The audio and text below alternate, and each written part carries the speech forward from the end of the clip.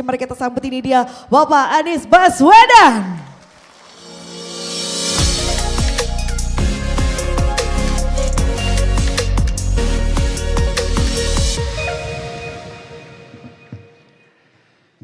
Assalamualaikum warahmatullahi wabarakatuh. Selamat malam, salam sejahtera untuk semuanya. Tepuk tangan dulu untuk semua yang hadir di sini. Jadi ini hadir seluruh Indonesia, Bung Sarin. Seluruh tanah air hadir berkumpul di sini, dan tadi disampaikan semua datang dengan bawa bekal masing-masing. Lokasinya yang disiapkan, tinggalnya sendiri-sendiri, kemandirian menjadi ciri utama gerakan rakyat ini.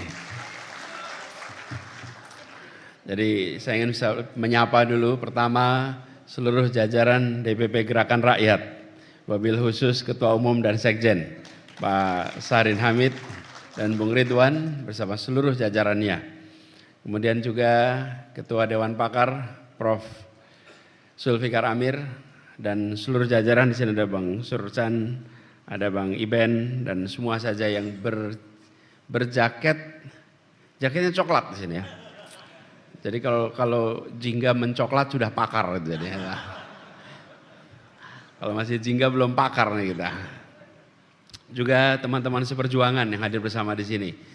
Pak Saugi, terima kasih kedatangannya. Bang Habil Marati, Pak Napoleon Bonaparte, kemudian Kak Ria, kemudian juga hadir di sini Dr. Eya, ada Bang Yasin Kara, Bang Saud, kemudian Bang Ramadan Pohan, Bang John, dan di depan kita juga Bang Awalil Rizki, ekonom kita yang akhir-akhir ini jadi rujukan bagi kita semua membaca situasi di Indonesia. Teman-teman sekalian, saya ingin sampaikan selamat yang baru saja dilantik seluruh jajaran DPP Gerakan Rakyat. Selamat bertugas, amanat besar diembankan di pundak saudara-saudara sekalian. Lalu yang dari seluruh DPW hadir bersama di sini. Kalau disebut semuanya agak panjang, tapi kita beri tepuk tangan untuk seluruh DPW yang hadir bersama di ruangan ini.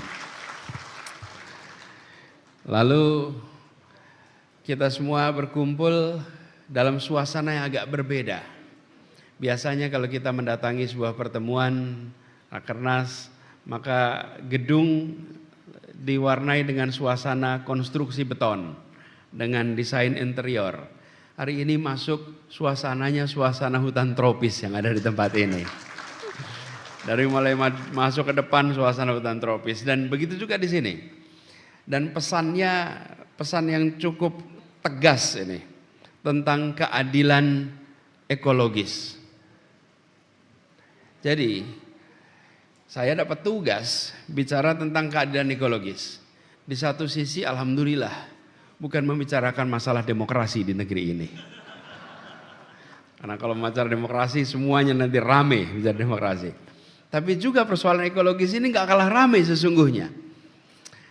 Dan kalau kita perhatikan teman sekalian, salah satu problem mendasar yang ada di dalam perjalanan peradaban manusia selama beberapa abad terakhir ini, kita menyaksikan sulitnya umat manusia mempersatukan dua eko. Dua eko nggak akur. Yang satu ekonomi, yang satu ekologi. Kita menginginkan keadilan ekonomi, tapi juga kita menginginkan keadilan ekologi. Ekonomi dan ekologi harus dikembalikan sejalan bersama-sama lagi. Tidak bisa lagi kita membiarkan ini terpisah, terpecah. Karena itu ketika saya dapat tugas ini untuk berbicara tentang keadilan ekologi, saya pikir timingnya tepat dengan situasi Indonesia. Izinkan saya memulai dengan menyebut satu angka. 1198. Apa itu angkanya? Itu adalah data terakhir per hari Jumat kemarin, jumlah saudara-saudara kita yang meninggal akibat bencana di Aceh Sumatera Utara, dan Sumatera Barat. 1198. Dan kita berdoa dan berikhtiar, mudah-mudahan angka ini tidak tambah. Tapi saudara sekalian, 1100 ini dibandingkan dengan 1 juta jiwa yang mengungsi, ratusan ribu rumah yang hancur, dan lebih dari separuh dari desa di Provinsi Aceh terdampak. Dan hari ini masih ada 144 orang yang belum ditemukan. Saudara sekalian, ini semua terlihat seperti angka statistik, tapi jangan pernah anggap ini sekedar angka statistik. Yang disebutkan itu adalah ibu yang kehilangan anak, anak yang kehilangan orang tua, keluarga yang kehilangan seluruh kenangan atas keluarganya, lingkungannya. Kami datang di desa-desa di situ, yang mereka tidak lagi bisa bercerita seperti apa bangunannya, karena terkubur, hilang, tidak bisa ditemukan lagi. Ya, pemantiknya adalah siklon tropis Senyar. Ini fenomena yang amat langka di Khatulistiwa. Kalau di utara diberi nama hurricane, kalau di selatan belahan bumi dikasih nama siklon. Tapi hurricane, dan itu adalah putaran air yang dahsyat, jarang terjadi di wilayah Khatulistiwa, biasanya di kawasan subtropis. Tapi mari kita jujur sedikit. Siklon itu memang menyumbang kerusakan. Tapi sebagian kecil, sebagian besarnya adalah dosa ekologis yang bertumpuk dan menumpuk bertahun-tahun lamanya. Hutan yang hilang, sungai yang menyempit, gambut yang dikeringkan. Lalu siklon itu pemantik. Kalau pemantik itu seperti korek api. Korek apinya itu memang siklon. Tapi pertanyaannya bukan soal korek apinya, bensinnya apa kemarin? Kok bisa nyalanya segede gini? Korek api itu kalau tempatnya kering, tidak ada bensin, ya tidak akan menyala jadi api yang besar, bukan? Tapi ketika kita selama ini nabung bensin di situ, mengeringkan lahan, ya kena korek api, terbakar semua. Dan ini yang kita saksikan. Tapi malam hari ini saya tidak mau bicara terlalu banyak tentang masalahnya. Saya ingin bersama-sama bicara tentang bagaimana jalan keluarnya dengan situasi yang sekarang itu. Karena keadilan ekologi ini bukan soal menyelamatkan hutan dan bumi. Bumi itu sesungguhnya tidak perlu kita selamatkan, saudara sekalian. Bumi ini sudah ada, kalau hitungan tahunnya kira-kira 4,5 miliar tahun usia bumi kita ini. Manusia, Homo sapiens, itu diperkirakan sekitar 300.000 tahun yang lalu. Tetapi manusia modern yang bercocok tanam, yang menulis baru 10.000 tahun. 10.000 tahun dibandingkan dengan 4,5 miliar tahun. Usia manusia itu setitik dalam perjalanan bumi. Jadi manusia jangan GR dan bersombong dengan mengatakan save the earth. Kita mau menyelamatkan bumi, bukan. Kita mau menyelamatkan manusia dan seluruh makhluk penghuni bumi ini. Itu yang akan kita kerjakan. Kita harus menyelamatkan makhluk penghuni bumi. Kalau bumi sudah lewat segala macam. Bahkan kalau kita bilang ada global warming, bumi dulu pernah lebih panas dari ini semua. Khatulistiwa kita pernah lebih dingin dari ini semua. Khatulistiwa kita ini pernah suhunya ratusan derajat Celcius. Dan khatulistiwa ini pernah suhunya minus 45 derajat Celcius bukan sebulan 2 bulan. Berjuta-juta tahun. Jadi yang namanya global warming bagi bumi itu kami pernah global warming. Kami pernah global extreme cold, pernah. Tapi sekarang kita berhadapan dengan situasi yang agak unik. Kita harus menyelamatkan, mengelola, karena konsep yang kita sama-sama sadari, kita pinjam bumi ini dari anak cucu kita. Dan kita harus kembalikan kepada anak cucu kita dalam kondisi baik dan lebih baik dari sekarang. Jadi, yang perlu kita perhatikan sekarang ini adalah bagaimana kita menselaraskan ini. Ada seorang ekonom dari Oxford University di Inggris, namanya Keith Raworth. Dia punya cara menarik ini menjelaskan ini. Saya gambarkan sedikit aja. Ini bukan karena seperti mau kuliah, bukan. Ini bayangan saja supaya kita punya imajinasi yang kuat. Seperti apa sih? Dia menggambarkan ini seperti donat. Tahu donat ya? Donat itu ada lingkaran bundar. Lingkaran itu adalah wilayah aman untuk kita berkegiatan. Nih, yang bulat warnanya hijau. Saya nutupin kelihatannya ya. Boleh pinjam wireless? Nih, soalnya saya tidak bisa nengok ke belakang nanti. Pinjam mikrofon wireless.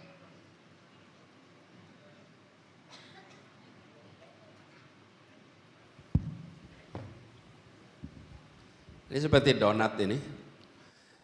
Yang hijau muda itu adalah kawasan yang aman untuk kegiatan manusia.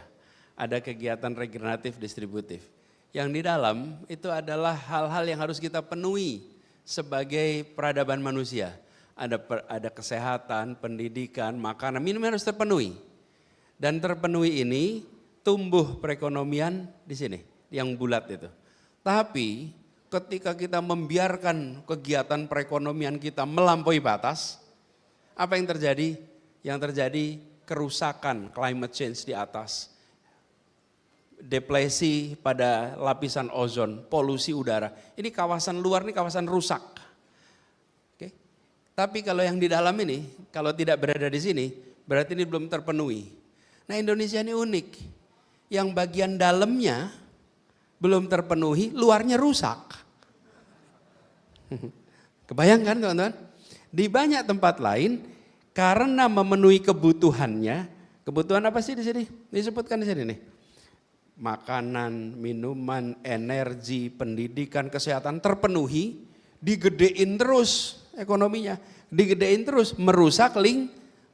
Nah kalau kita, ini pertanyaannya nih, yang di dalamnya masih banyak yang belum dapat pendidikan, masih banyak belum dapat masalah kesehatan, masih banyak yang belum dapat perumahan, berarti bagian dalamnya belum beres bukan? Belum beres, tapi luarnya rusak. Jadi saya ingin sampaikan ini untuk kita memahami masalah. Bahwa masalah Indonesia hari ini, kita sudah menembus atapnya itu di banyak tempat, sementara jutaan rakyat Indonesia masih terjatuh di lantai bawah. Hutan kita menyusut, hutan kita... Oh, mikrofonnya beda ya? Pakai ini aja kalau gitu ya. Hutan kita menyusut. Tahun lalu saja, 2024, hutan yang hilang jumlahnya 175.000 hektar dalam 1 tahun. Itu data resmi. Kalau kata pemantau independen memprediksi 260.000 hektar yang hilang. Nah pada saat yang sama, kita tanya tuh, di dalam, kita lihat kenyataan, di dalam masih banyak yang miskin. Pertanyaannya kemudian, dari lihat itu, berarti pertumbuhan yang besar itu, pembesaran perekonomian yang luar biasa itu membangun semua orang atau membangun segelintir orang? Jawabannya jelas. Dia membangun hanya segelintir orang. Kenapa? Yang melakukan kegiatan sampai merusak itu bukan karena perbesaran di dalam. Gambar ini sudah bisa diturunkan. Jadi, ini PR yang kita selesaikan. Lalu izinkan saya menengok sedikit atas apa yang terang terjadi. Kita sering dengar argumen bahwa semua pohon itu kan sama. Sama-sama ada daunnya dan sama-sama bisa menyerap karbon.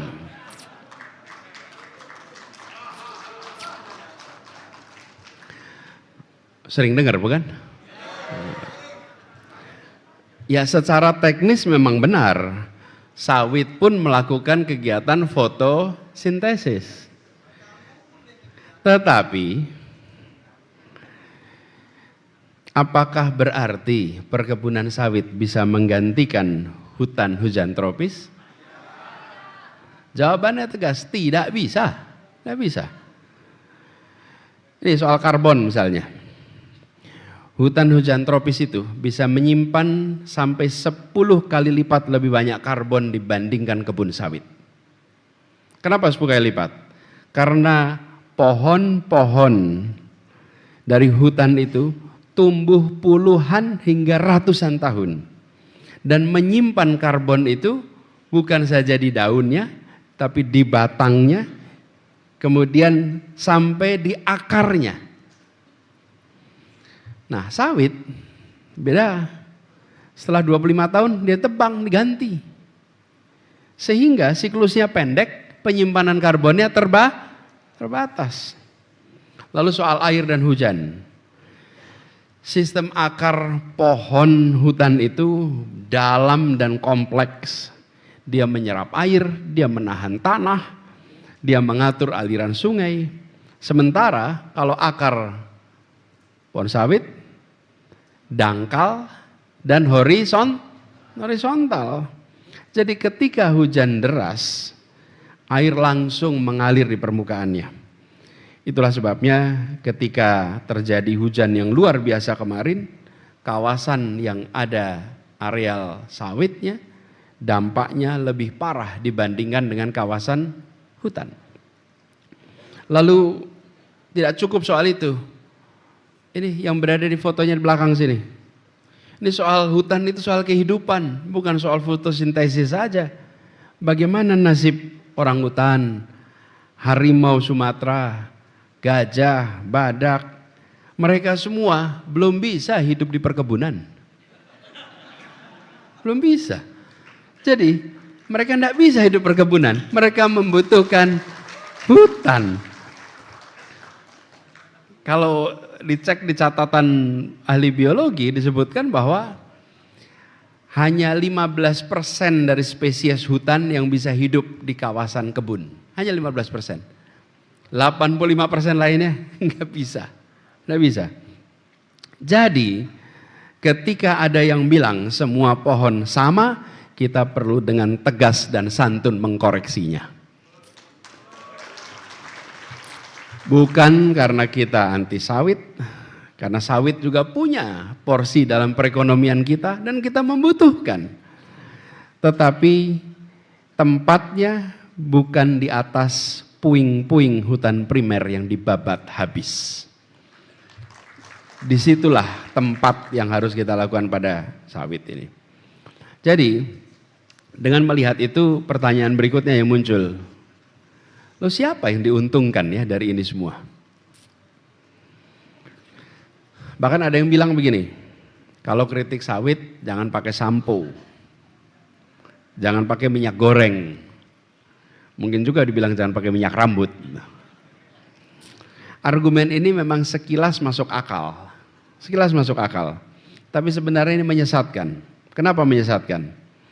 Sebenarnya kalau kita tanya lebih jauh ya, dari industri sawit ini seberapa banyak unsur masyarakat diuntungkan? Siapa yang sesungguhnya dapat keuntungan? Nih saya lihat datanya. Faktanya petani kecil sawit itu kontribusi 1/3 dari produksi sawit di Indonesia. 1/3. Itu yang produksi siapa? Petani kecil. Tetapi keuntungan mereka nyaris nol. Kesejahteraan mereka nyaris tidak meningkat. Laporan-laporan internasional menunjukkan bahwa nilai industri sawit global itu senilai $285 miliar. Dan 2/3 dari angka 282 miliar dolar itu, 2/3 di mana? 2/3 dinikmati perusahaan besar di hilir dari industri sawit. Yang di hulu nggak dapat. Yang di hilir yang dapat. Di hilir yang dapat besar. Jadi petani kecil kebagian produksinya, tapi tidak kebagian kesejahteraannya. Bahkan lebih jauh lagi, petani kecil dan rakyat kebanyakan sekitar kawasan, merekalah yang harus menanggung konsekuensi ekologis ketika terjadi dampak atas kerusakan itu. Ketika banjir melanda, rumah yang hancur bukan rumah direksi perusahaan di hilir, tapi rumah rakyat dan petani yang berada di kawasan hutan. Yang hancur para petaninya, rumah nelayannya, rumah-rumah buruhnya. Inilah yang kita sebut sebagai ketidakadilan ekologis. Yang merusak dapat untung, tapi yang merusak tidak menanggung beban atas kerusakan. Yang tidak merusak, yang harus menanggung konsekuensi. Itulah sebabnya ketika dikatakan di sini kembalikan hutan Indonesia, keadilan ekologis, kita harus paham ketidakadilannya di mana? Di sini nih ketidakadilan ini. Karena yang bekerja di sana tidak dapat apa-apa, tapi yang di ujung yang dapat. Tata kelola harus diubah. Nah, lalu kita sering dengar juga, ini semua banyak diakibatkan oleh pembalakan liar. Betul nggak pembalakan liar? Sebagian.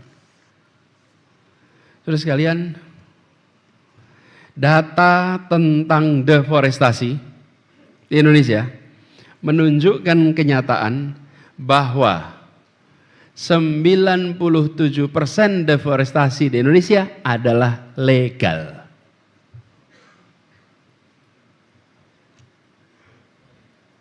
Artinya ditebang menggunakan izin.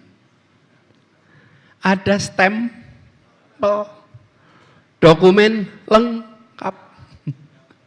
Ini bukan pembalakan liar, misalnya.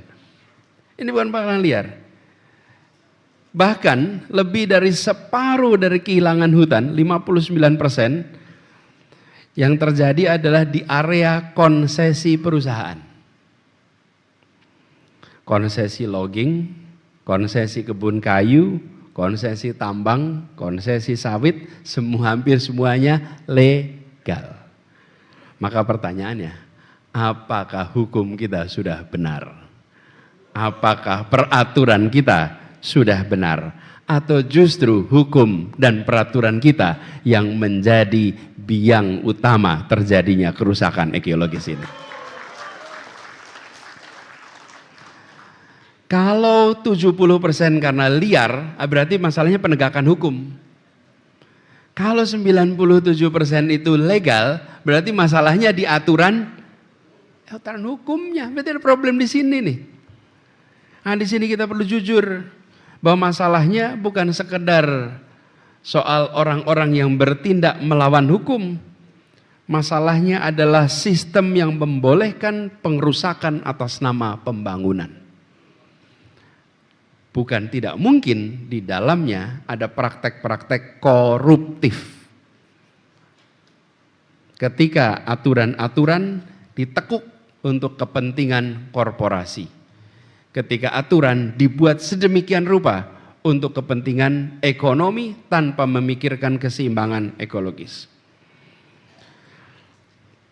Jadi, sekarang kita harus cari jalan baru, cari jalan keluar. Apa kabar baiknya? Kabar baiknya perubahan itu bisa dikerjakan, tapi dimulai dengan cara berpikir. Cara berpikir kita harus berubah. Selama ini banyak dari kita yang berpikir ambil sebanyak-banyaknya dari alam, baru kemudian bersih-bersih bila sempat. Ambil dulu sebanyak-banyaknya, nanti bersih-bersih bila sempat. Sekarang sudah tidak bisa lagi.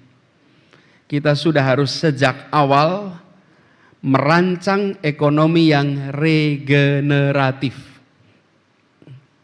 Regeneratif itu artinya apa? Bisa bertumbuh kembali. Yang mengembalikan situasi alam seperti kondisi sebelumnya. Bukan sekedar menguras dan ditinggal pergi. Dan ekonomi regeneratif ini bukan mimpi, ini sudah dipraktekkan di berbagai tempat. Kita punya banyak sekali contoh. Indonesia bukan negara pertama yang melakukan pertambangan. Indonesia bukan negara pertama yang melakukan perkebunan. Bukan, banyak sudah mengerjakan. Dan banyak yang sudah mengerjakan dengan cara yang berkelanjutan. Regeneratif. Karena itu masyarakat mengelola hutan secara lestari ini harus dibuat regulasinya, harus mendapatkan manfaatnya yang jelas. Dan kalau kita bisa kerjakan ini di awal, maka dalam jangka panjang kita akan bisa mendapatkan kebermanfaatan dari ekologi, tapi tidak merusak ekologi. Apa yang tadi ditunjukkan lewat sentra tari teman-teman dari Papua menggambarkan bagaimana kerusakan itu dikerjakan dan tidak memikirkan tentang jangka panjang kehidupan ekologi di kawasan itu. Jadi saudara sekalian, kita juga harus mulai memikirkan tentang distribusi atas kebermanfaatan dari sebuah aktivitas ekonomi di atas lingkungan kehutanan kita. Tadi saya sampaikan yang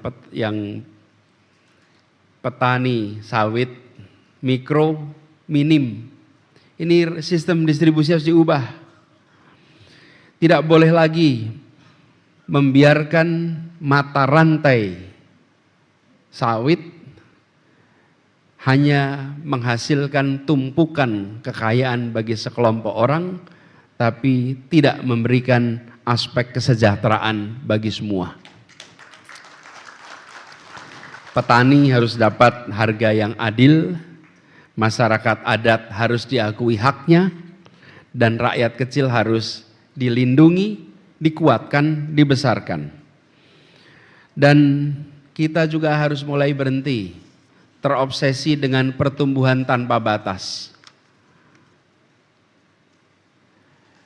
Saya ingat dulu salah seorang calon penerima hadiah Nobel Ekonomi pernah mengatakan, there is no sustainable growth. There is no sustainable growth. Yang ada hanya sustainable economy. Okay. Jadi pertumbuhan itu ada batasnya. Ada batasnya. Dan karena itulah yang berkelanjutan adalah ekonominya. Sustainable economy. Nah, itu sebabnya penting bagi kita untuk mulai mendorong pembangunan berkeadilan, pertumbuhan berkeadilan. Tadi pagi ketika kita ngobrol di kelas kader, saya sampaikan pertumbuhan ekonomi berkualitas dan tidak berkualitas. Ini Pak Awalil sering menggunakan ini juga. Pertumbuhan ekonomi berkualitas adalah pertumbuhan ekonomi yang diiringi dengan pemerataan. Pertumbuhan ekonomi tanpa pemerataan adalah pertumbuhan ekonomi tak berkualitas. Sayangnya, akhir-akhir ini kita sering mendengarkan pidato-pidato hanya mengungkapkan angka pertumbuhan ekonomi tanpa mengungkapkan mengenai pemerataan. Padahal pertumbuhan ekonomi bersama pemerataan itu kunci terjadinya kesejahteraan.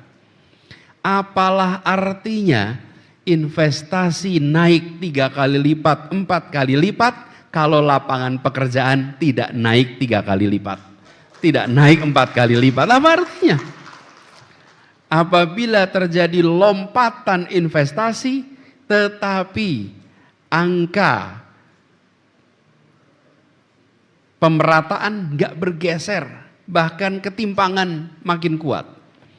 Itu sebabnya, saudara sekalian, kita harus mulai menambahkan di dalam pemerataan ini adalah penyelamatan ekologi. Indonesia salah satu negeri yang memiliki kekayaan alam yang dahsyat. Kita ini kekayaan alamnya luar biasa. Dan banyak dunia yang cemburu melihat Indonesia ini. Disebut mana saja ada. Ini Bang Habil pulaunya Buton, Bang Habil. Buton itu apa kita kenal? Aspal. Aspal Buton. Sebut mana saja. Dunia akan selalu punya rujukan yang namanya Indonesia sebagai penghasil kekayaan alam yang dahsyat. Karena itu ketika kita bicara tentang pertumbuhan ke depan, satu, pertumbuhan dengan pemerataan ekonomi, yang kedua dengan penyelamatan ekologi. Inilah rute masa depan kita. Lalu pertanyaannya, bagaimana peran gerakan rakyat di sini? Gerakan rakyat hadir membawa aspirasi tentang perubahan. Sebagai individu gerakan rakyat, saya rasa ada beberapa bisa dikerjakan. Jadilah mata dan telinga rakyat. Jadilah rakyat yang memberi edukasi tentang lingkungan sekitar. Jadilah individu-individu yang mempraktekkan hidup berkelanjutan. Minimal 3 ini bisa dikerjakan oleh anggota, aktivis, dan pengurus gerakan rakyat. Ini secara pribadi. Lalu secara keorganisasian, jadilah jembatan. Gerakan rakyat itu jembatan yang menghubungkan antara masyarakat terdampak dengan bantuan hukum, masyarakat terdampak dengan media, masyarakat terdampak dengan jaringan advokasi. Jangan biarkan mereka yang terdampak berjuang sendirian tanpa didampingi.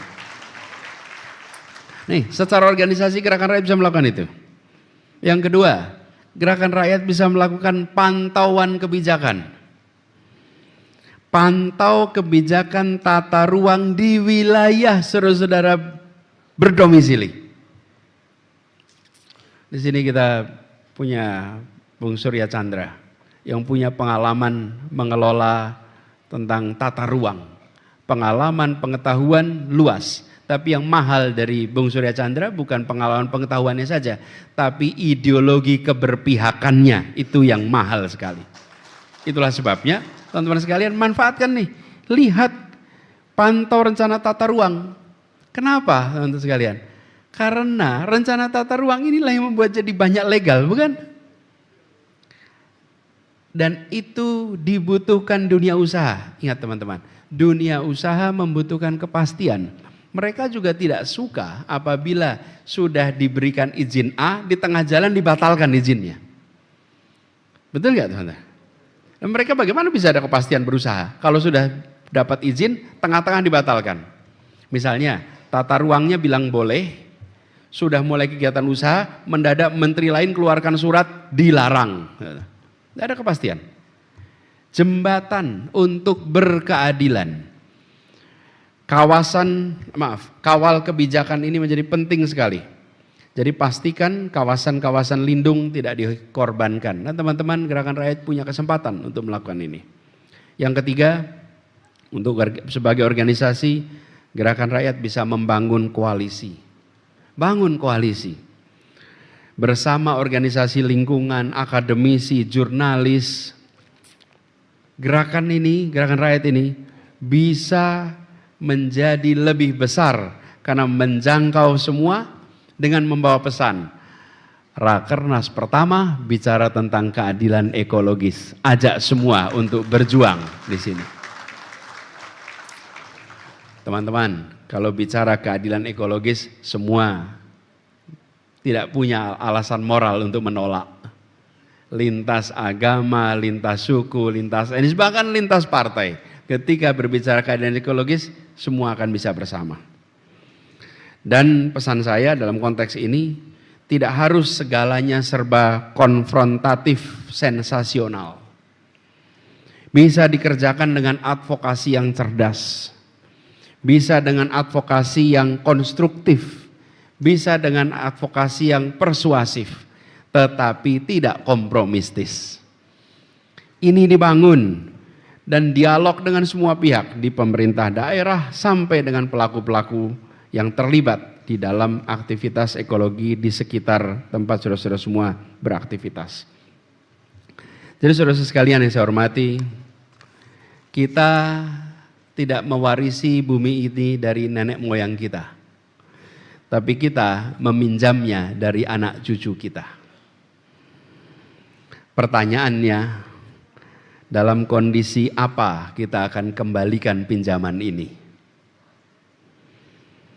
Dengan sungai yang penuh lumpur, dengan gunung yang sudah dipangkas, dengan hutan yang tak lagi hijau, dengan air sungai yang tak lagi jernih, dengan langit yang penuh dengan asap dan kelam, atau sebaliknya.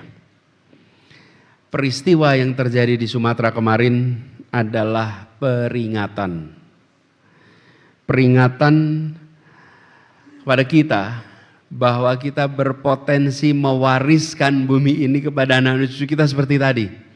Kita wariskan dengan gunung yang dipangkas, dengan langit yang tak lagi biru. Itu potensinya. Ini adalah wake up call. Tapi saudara sekalian, peringatan itu hanya berguna jika kita bertindak, teman-teman.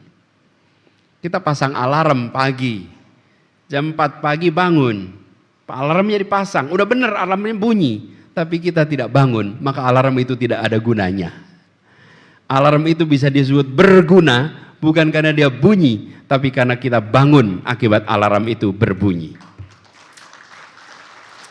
Jadi, ketika kita mengatakan bahwa peristiwa Sumatera kemarin, bencana di Sumatera adalah alarm, adalah peringatan, dia hanya berguna kalau kita kemudian berbuat.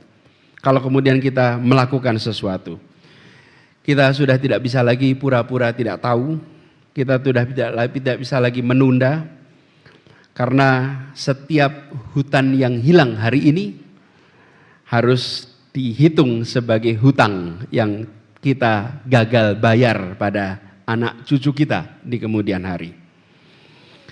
Mari kita sama-sama kembalikan hutan kita, dan Gerakan Rakyat telah memilih pesan ini sebagai pesan pertama di dalam Rakernasnya. Tahun pertama pesannya tentang keadilan ekologis. Ini panggilan perjuangan yang kita semua harus bawa.